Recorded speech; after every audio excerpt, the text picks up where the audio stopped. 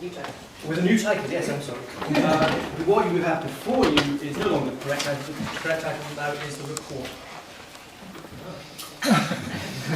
Okay, for years, Alan Macfarlane has been recording the just retired of our department at Cambridge and our subject, social anthropology. Who has not seen at least some of the filmed interviews with the elders of our tribe? And who does not remember the walls that Alan covered with only slightly fading professorial portrait photos that used to intimidate some of the speakers at the Friday seminar? Actually, I'm sure that these photographs were not meant to intimidate anyone. Nor I'm equally sure were they meant as displays of a dead past, gone forever. And so one is led to wonder, what is Alan doing? What is the nature of his activity in all that filming, recording, documenting, docketing, filing, and computerizing? Well, he was making an archive, you will say. Yes, but what kind? And what does that activity say or do for us, who are members of the institution and the discipline he has been documenting? I happen to think this is very important, and that's why I've chosen this subject for my talk. I like to think of Alan as the recorder of our subject. Now, the recorder is also a word used not by chance for a musical instrument. To record first meant to practice music, when in the 14th century the recorder, the fipple flute, called after the block near the mouthpiece that compresses air to produce a sweet sound, was the instrument of the day. During its heyday, the recorder was traditionally associated with birds, shepherds, miraculous events, funerals, marriages, and amorous scenes. Well, having now, by means of this ingenious etymology, opened up the field for Alan's activities, let me now ponder further about what he's been doing. To try to get at this, I'm going to compare Alan's activity with the concepts of the archive proposed by Foucault and Derrida. Now, I anticipate a groan in my audience. I'm sorry about this, if only because you're absolutely right that neither of these great figures has anything to do with Alan. Each of them, in their different ways, thought about archives in ways that I imagine are quite alien to him. But that's just why it's useful to think about them. Otherwise, we are too close to the torrent of activities of Alan and his team. We know it's going on, we see only bits of it, but we have little concept of the whole, and we haven't really thought at all about alternative ways he might have set about it. But it's this whole, though, that should be important to us. Thinking even in just a cursory way about those other Foucauldian and Derridian kind of archives reveals a landscape in which it's possible maybe to perceive a different, Macfarlane kind of archive. One which, if we remember his thoughts on Englishness, we could maybe think of as an English archive. But what if Alan had set out to construct a Foucauldian archive of our department and our subject? Well, Foucault's archive is not quite what you'd expect. It's not a tyranny that no one can escape. As he put it, the archive is no longer a monotonous, endless plane, the surface of discourse, smooth and inert, but rather it consists of distinct systems that establish statements as events and themes with their own conditions of appearance and fields of use. So for Foucault, an archive is not the sum of all the texts that a culture has kept as documents attesting to its past, or as evidence of a continuing identity, nor is it the various institutions in a given society that make it possible to preserve the discourses one wants to remember and keep in circulation.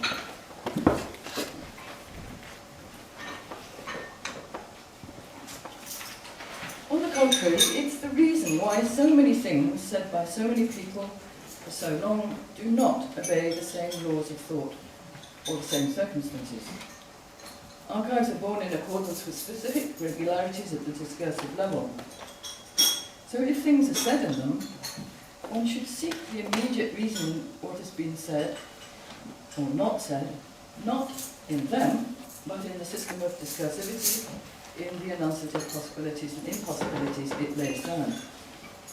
The archive is first the law of what can be said, but it also it is also that which determines that all these things do not accumulate endlessly in an amorphous mass, nor do they have an unbroken linearity. Rather, they're grouped together in distinct figures composed in multiple relations, maintained or blurred in accordance with their own regularities. And here, Foucault reaches a poetic metaphor. The things that are said in his archives do not recede from us all at the same pace in time. They shine, as it were, like stars, some that seem close to us, shining brightly from far off, while others that in fact close to us are already growing pale. And this is a very appealing idea, and one could easily imagine Cambridge anthropology in this way.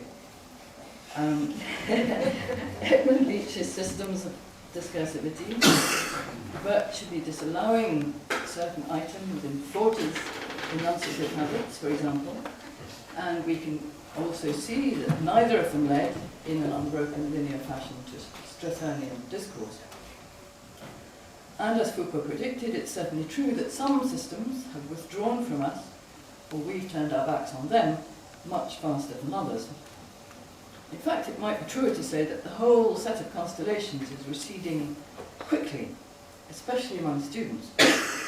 Last year, for example, there was a brief flash of a previous regime in an MPhil dissertation, a brave student who revived 1970s neo-Marxism.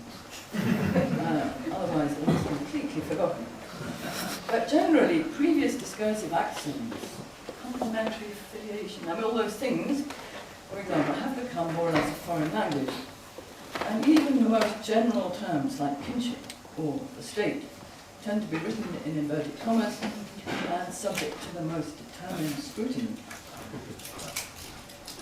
Okay, but however, of all my colleagues, Alan is perhaps the one who has been least subject, or least interested in, the vagaries of discursive formations. In his recording activity, we have to say that he has not really made a Foucauldian archive. But those of you who know Foucault well may already be thinking, but Alan couldn't have set out consciously to compose such an archive, because none of us could. Because, as the master wrote, it's not possible for us to describe our own archive, since it's within these rules that we speak, since it is what gives us what we can say. Now, in the next few paragraphs, Foucault elaborates this idea, writing that the archive is that which is just outside ourselves and delimits us. It's close to us, yet distant. It's a series of discourses that have just ceased to be ours. It separates us from what we can no longer say. Now, in that sense, Foucault's archive breaks the thread of continuity we like to imagine for ourselves. But to my mind, and Alan may correct me, it is just such threads of continuity that interest him.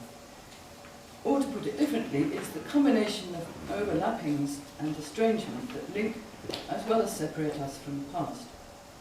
I've chosen the word overlapping because it suggests multifarious, temporary, maybe self-chosen links, and does not imply the Foucauldian systematic regularities, the setting up of privileged delimitations, that hint of being under control, which seems, at least to me, so alien to Alan's archiving endeavours. Okay, well, to move on, in 1995, Derrida published his book Archive Fever, and the title immediately sounds promising. Perhaps Alan's caught this fever, this illness which was so contagious, as Derrida writes, in the 20th century. However, as soon as we look further, it's apparent that the archive Derrida has in mind is not Freud's. The book Archive Fever was at least initially a response to the turning of Freud's house in London into a museum. And it suggested a concept of the archive as a way of understanding wider patriarchal processes in Jewish culture and Freudian psychoanalysis as a Jewish science. There's a disguised enmity in Derrida's archive, the killing of the father in the very act of recording him. Now, as I've already suggested, I think we must absolve the Macfarlane archive of Oedipal tendencies. Yet, certain of Derrida's ruminations are illuminating, and perhaps if we delve further, there are aspects that may help our case. from the elliptical writings of the French master, I have extracted the following ideas. That archives are instituted by authorities, they are controlled and owned, that items are consigned and set aside in archives, such that the archive becomes an auxiliary prosthetic for the main spontaneous activity. In Derrida's word, archives are domiciled, house arrest. By consigning, he means not only the ordinary sense of the word of assigning a place, putting into reserve, to deposit in a place, but also the act of consigning, typical Derrida thing, through gathering together signs. Consignation aims to coordinate in a single corpus, in a system or a synchrony, in which the elements articulate the unity of an ideal configuration. And a quote. Derrida continues that archiving is an insistent ongoing process which is not an action of spontaneous memory but of inscription, pinning down a trace. So there's something destructive here too about our contemporary mal d'archive, the fever of the old and original, compulsion exactly to repeat, which menaces spontaneity and introduces forgetfulness. The archive, he concludes, will never be a representation of live and internal memory. On the contrary, the archive takes place at the place of originary and structural breakdown of the said memory. Thus, the archive always works a priori against itself. So Derrida's idea that the archive cannot escape a certain authoritarian quality, even if it's not intended to be like that, is something we could perhaps debate. But the argument about memory and the timing of archive does seem to apply in our case. As Alan's subjects are chosen for recordings at the very point when he judges them to be clearing off the scene. And indeed, just when live memory about memory is on the point of breaking down, or when that looms as a distinct possibility. Of course, we may hope that this does not mean that people think along Derridian lines, oh, well, at least old so-and-so is being recorded by Alan. It's all stored away somewhere, so we don't need to strain our memories. But who is not to say that this is not a side effect of the existence of the Macfarlane archive? Finally, however, Derrida makes two interesting and more positive arguments. First, that the archive is not just a recording of the past, but is also an act, a promise, or instruction or covenant for the future. And second, that the new material and technical forms taken by archives feed back into the structures of the archivable content. Thus, the process of archivization is not one of closure, but of transformation. It seems to me that Derrida is pointing here to a certain directionality of the archive. By accumulating a particular past, it points towards a future, presumably the idea that this flow does not stop, that there will be more of this and more of whatever was chosen to preserve of the past. And yet the technical media of archiving can effect a change. Writing about the advent of tape recorders, computers, email, CDs, etc., Derrida notes that this archival earthquake does not limit its effects to the secondary recording of the history of whatever it is, but, for example, in psychoanalysis, would have transformed the practice itself, had it occurred during Freud's lifetime. In other words, it would have fed back into the initial insight of psychoanalytic production, the relation between the practitioner and patient. Derrida seems to suggest that the initial balance between spontaneous activity and this prosthetic auxiliary of the archive can swing round, so that archiving swamps life and in effect becomes that life itself. So he writes that the archive is not just the place for stocking the content of the past, but its technical structure also determines the structure of the archivable content, even in its coming into existence and its relationship to the future. Archivization produces as much as it records the event. How promising as they may seem, I think that neither of these arguments work in the Macfarlane case. The Freudian psychoanalytic movement, split as it is into numerous schools, is still a tradition, or a number of traditions, in each case holding the precious insights of the past should be reproduced in the future. Now, social anthropology is not completely unlike that, but it has equally strong tendencies towards overturning or sidestepping the past. And above all, it has no single founding father. And far from erecting some venerable figure in this role, Alan has given us exactly the opposite, a plethora of ancestors. This means that his archive does not establish a direction for anthropology. Well, what about the media? Now, Alan has always been in vanguard in our department in technology. Super 8 cameras, computer software, video discs, DVDs, web pages. He was master of them all before the rest of us. But Derrida's prediction has not come to pass. All these technical feats existed in Alan's room, but he crept out from there only a little and certainly did not pervade our lives. If we gradually came round to them, it was from other sources. So, for example, most of the teaching staff were only dimly aware of the marvels of the video disc, which stayed firmly in the Rivers video unit, and now, I understand, has died as a technology. Above all, the suggestion that departmental business would be conducted through particular media for the purpose of registration in the Macfarlane archive has not come to pass. It's another matter, of course, with accountability in general, as Memorialist has pointed out. But the Macfarlane archive, which is a record of ideas, memories, ways of talking, anthropological ethnography, has certainly not made the Derridine move of transforming from an adjunct into a sinister simulacrum of institutional life itself. So, now is the point when I must sum up and say what I think Alan's archive is like and what it has done.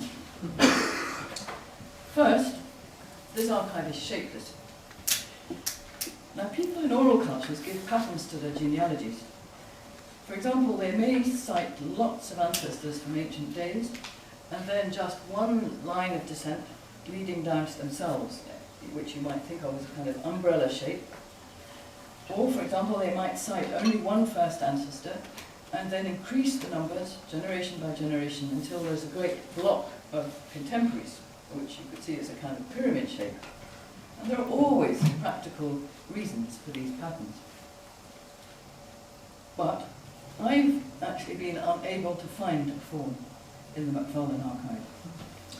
And this occurred to me more than once during boring passages of Friday seminars, when I looked at the ancestors scattered on the walls and wondered, why do none of the tops of the photos light up? Why is Colin Hill's fierce stare right next to Ray Abraham's grin? Why is Audrey not there, and what is Radcliffe Brown doing here? And you only have to step into the Institute of Astronomy to see the difference, where they have every single current member in an absolutely single-size photograph from professors to graduate students lined up alphabetically. And then there's another corridor, rather very down kind of thing upstairs, a carpeted corridor with proper oil paintings in frames of particularly distinguished ancestors. Anyway, our department doesn't have that. And the implication of this is that Alan doesn't have a practical reason and doesn't want a form. Instead, I suggest that shapelessness is an expression of something else he's been concerned with since his early days as a historian: individuality. The adding of more and more people, each presented in their own right, now makes perfect sense. The Macfarlane archive wants us to know about and take an interest in their idiosyncrasies. Yet, as I mentioned, the idea seems to be, especially if we look at Alan's writings about his life's work, that we can watch or listen to all of this, and whoever we are, we'll pick out something that strikes a chord in us, something familiar that's part of what we do or might do ourselves. And this is what I mean by overlapping, a kind of self-elected partial continuity. Finally, there's the use of the newest technology. And the main point here is obvious.